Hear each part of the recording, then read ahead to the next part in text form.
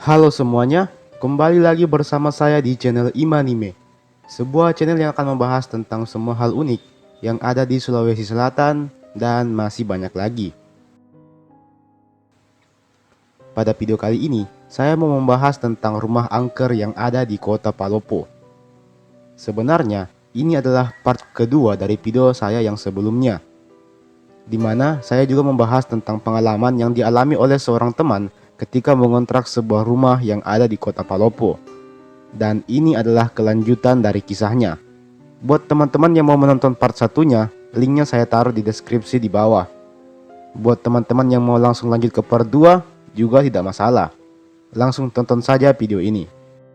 Dan seperti biasa, sebelum teman-teman lanjut menonton, saya mau mengajak teman-teman semua buat yang belum subscribe, bisa ditekan terlebih dahulu tombol subscribe-nya, supaya channel ini bisa terus memberikan hiburan kepada kita semua.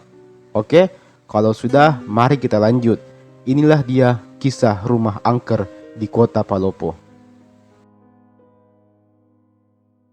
Setelah masa kontraknya habis di rumah kontrakan lamanya, Andi memutuskan untuk tinggal di sebuah kos-kosan yang berada lumayan jauh dari lokasi kampusnya. Bisa dibilang kalau kosannya itu termasuk daerah terpencil dan masuk area pemukiman padat penduduk. Olehnya itu, tak heran kalau kosannya itu lumayan berisik setiap harinya.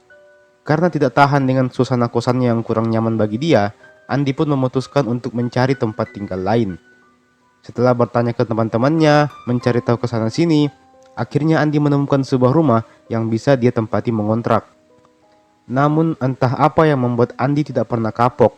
Kali ini dia kembali mengontrak sebuah rumah yang dari segi tampilannya saja jauh lebih seram dari rumah kontrakan lamanya. Rumah itu terletak di salah satu perumahan yang ada di bagian utara kota Palopo. Dan untuk kesekian kalinya, Andi memilih rumah ini karena biaya kontraknya yang murah meriah.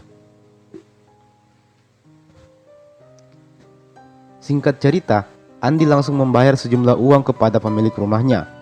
Dia juga bergegas ke rumah tersebut untuk melihat-lihat kondisi rumah tersebut.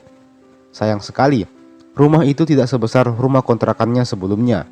Namun sebenarnya itu sudah cukup bagi Andi. Rumah itu memiliki dua buah kamar yang bersebelahan, sebuah ruang tengah, sebuah dapur yang lumayan luas, sebuah WC, sebuah gudang, dan halaman depannya yang lumayan luas untuk parkir beberapa motor. Andi pun langsung mengajak saya untuk membantunya memindahkan barang-barangnya ke rumah tersebut. Sesampainya di rumah tersebut, saya langsung merasa ada yang aneh dengan rumah itu. Ya, benar sekali. Seperti ada seseorang yang mengawasi saya ketika memasuki rumah tersebut. Salah satu kesalahan yang dilakukan oleh Andi adalah dia tidak membersihkan rumah tersebut secara keseluruhan. Dia hanya membersihkan sebagian kecil area rumah tersebut dan membiarkan area lain seperti kamar sebelah dan ruang tengahnya menjadi kotor. Dan Andi pun mulai tinggal di rumah tersebut. Awalnya dia merasa biasa-biasa saja. Rumah itu lumayan nyaman baginya. Satu-satunya hal yang mengganggunya adalah tetangganya, yang kerap kali memperhatikannya ketika dia lewat atau sekedar berjalan-jalan di depan rumah tetangganya. Seperti ada tampang was-was di wajah para tetangga. Suatu malam, Andi sedang tidur dengan lelapnya di salah satu kamar yang ada di rumah tersebut. Tiba-tiba, rasa dingin menyelimuti seluruh tubuhnya. Ada apa ini? Demikian pikir Andi yang seketika terbangun dari tidurnya. Nuansa yang lumayan mencekam spontan membuat Andi merasakan kedinginan yang teramat sangat. Rasa dingin yang aneh. Akhirnya Andi menggunakan selimut, namun lagi-lagi rasa dingin itu tak kunjung hilang. Dinginnya menusuk sampai ke tulang. Walhasil, Andi tidak tidur hingga pagi hari. Karena rasa dingin yang dialaminya semalam, pagi itu pun Andi merasakan ngilu di sekujur tubuhnya. Karena merasakan ada hal yang aneh dengan kamar itu, akhirnya Andi memutuskan untuk tidur di kamar sebelah pada esok harinya, yaitu kamar kedua yang bersebelahan dengan kamar yang dia tempati sebelumnya. Ketika Andi sudah mulai terlelap, kini dia kembali merasakan ada yang aneh. Keringat langsung mengalir di sekujur tubuhnya.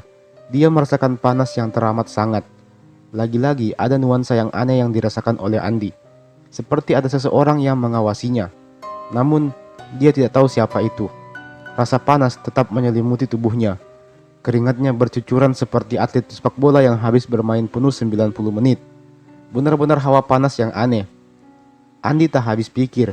Kenapa dua kamar di rumah itu punya suhu yang berbeda jauh, padahal dua kamar itu letaknya bersebelahan? Walhasil, Andi lagi-lagi tidak bisa tidur malam itu. Keesokan harinya, Andi mulai memahami apa yang sebenarnya menimpa dirinya. Dia yakin peristiwa ini hampir sama dengan rumah yang dikontraknya sebelumnya. Jika di rumah sebelumnya membuatnya kerap kali mencium bau melati dan bermimpi buruk, maka rumah yang satu ini membuatnya merasakan nuansa dingin dan panas pada dua kamar yang berbeda. Keesokan harinya, Andi pun memutuskan untuk tidur di dapur saja.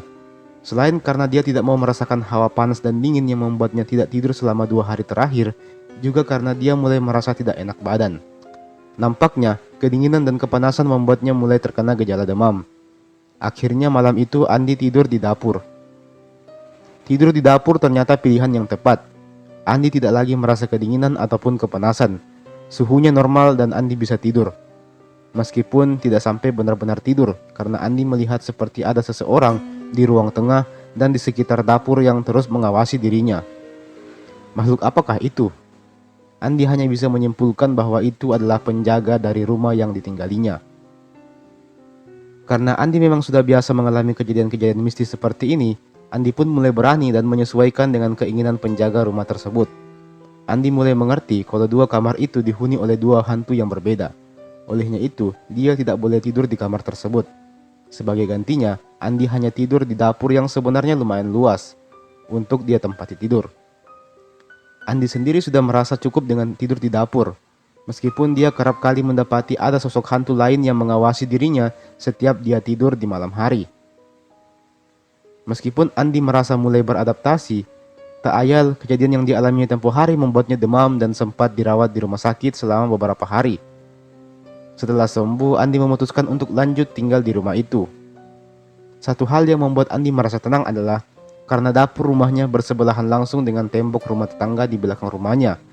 Hasilnya, apabila tetangganya sedang memasak atau berbicara di dapur, Andi bisa mendengar suaranya dan itu selalu sukses membuatnya merasa lebih tenang. Sayangnya, Andi hanya tinggal selama 3 bulan di rumah itu, karena sebulan setelahnya wabah pandemi mulai menyerang Indonesia, yang membuat sekolah dan kampus diliburkan. Andi pun memutuskan untuk segera pulang ke kampung halamannya di Parepare, karena kuliahnya hanya dilaksanakan secara daring saja. Barulah setelah new normal, Andi kembali ke Palopo dan mengajak saya untuk kembali ke kontrakannya. Tujuannya adalah untuk mengambil barang-barangnya, karena masa kontrak setahunnya telah habis. Andi memutuskan untuk menyewa sebuah kos-kosan dan tinggal di kosan tersebut sampai beberapa waktu, sebelum dia akhirnya kembali ke kampung halamannya di Parepare. Dan demikianlah tadi kisah mistis rumah angker yang ada di kota Palopo. Usut punya usut, nampaknya rumah yang dikontrakan Andi itu memang merupakan salah satu rumah paling angker yang ada di area perumahan tersebut. Banyak warga yang sebisa mungkin tidak lewat di depan rumah tersebut tiap malam harinya. Bahkan sebisa mungkin warga tidak mau melihat rumah tersebut, karena menurut gosipnya, apabila mereka melihat ke dalam rumah, maka mereka akan mendapati atau melihat satu sosok bayangan hitam yang ada dalam rumah tersebut. Satu-satunya alasan mengapa warga sekitar selalu memperhatikan Andi, karena mereka kasihan sekaligus khawatir dengan Andi yang berani tinggal di rumah tersebut sendirian, tanpa mengetahui kisah di balik rumah tersebut. Meski demikian, Andi tidak merasa menyesal telah mengontrak rumah tersebut ataupun rumah sebelumnya, karena baginya pengalaman mistis ini justru membuatnya menjadi lebih berani dan tidak terlalu takut lagi dengan hal-hal mistis yang ada di sekitarnya. Dan itulah tadi kisah Andi, teman saya yang mengalami banyak pengalaman mistis selama dia mengontrak 2 buah rumah di masa kuliahnya di Palopo. Sebelumnya saya telah meminta izin Andi untuk menceritakan kisahnya ini di kanal saya, dan sebagai privasi demi kenyamanan tetangga, pemilik rumah dan juga penghuni baru yang mungkin sedang tinggal di rumah itu saat ini, maka semua lokasi kejadian akan disamarkan. Oke? Sekian dulu video kita pada hari ini. Terima kasih telah menonton video ini, jangan lupa like dan share video ini. Silahkan juga berkomentar di bawah, dan sampai jumpa di video berikutnya. Oke, sekarang kita akan memasuki sesi baca komentar, yaitu sebuah sesi di mana saya akan membaca komentar-komentar terbaik yang telah ada di channel ini. Langsung saja kita mulai dari komentar pertama. Dari video Danau Towuti kemarin, Prisdayantika berkomentar, Maaf ya kak, Danau Towuti terletak di bagian Towuti daerah Timampu dan sekitarnya, bukan di Wasuponda. Iya, terima kasih. Mohon maaf ya kalau ada kesalahan di situ. Nampaknya ada kesalahan informasi juga di sini. Jadi terima kasih informasinya Rizdayanti. Kemudian video berikutnya masih dari video yang sama, yaitu tentang Danau Towuti. Jasri Ridwan Official berkomentar, suatu saat saya mampir ke danau ini. Yang mau mampir ke tempatku juga disilahkan. Oke, terima kasih dan amin. Semoga suatu saat nanti bisa ke Danau Towuti ya teman-teman. Bisa berkunjung ke sana, dan yang mau berkunjung ke tempatnya Jasri Ridwan juga silakan berkunjung. Cuman udah kita tahu di mana sebenarnya tempatnya nih. Silahkan di komen kembali Jasri Ridwan Official, di kota mana kita tinggal, daerah mana, supaya teman-teman bisa berkunjung ke sana. Kita membangun silaturahmi dan komunitas di sana. Dan terakhir, di video tentang 30 fakta kota Makassar, Putra Kibai R3 berkomentar, salam dari Pulau Lae-Lae, kelahiran mamaku. Dibuatin dong tentang Pulau Lae-Lae. Salam perantau di ujung timur Papua, Jayapura. Oke, salam kembali. Terima kasih atas sarannya.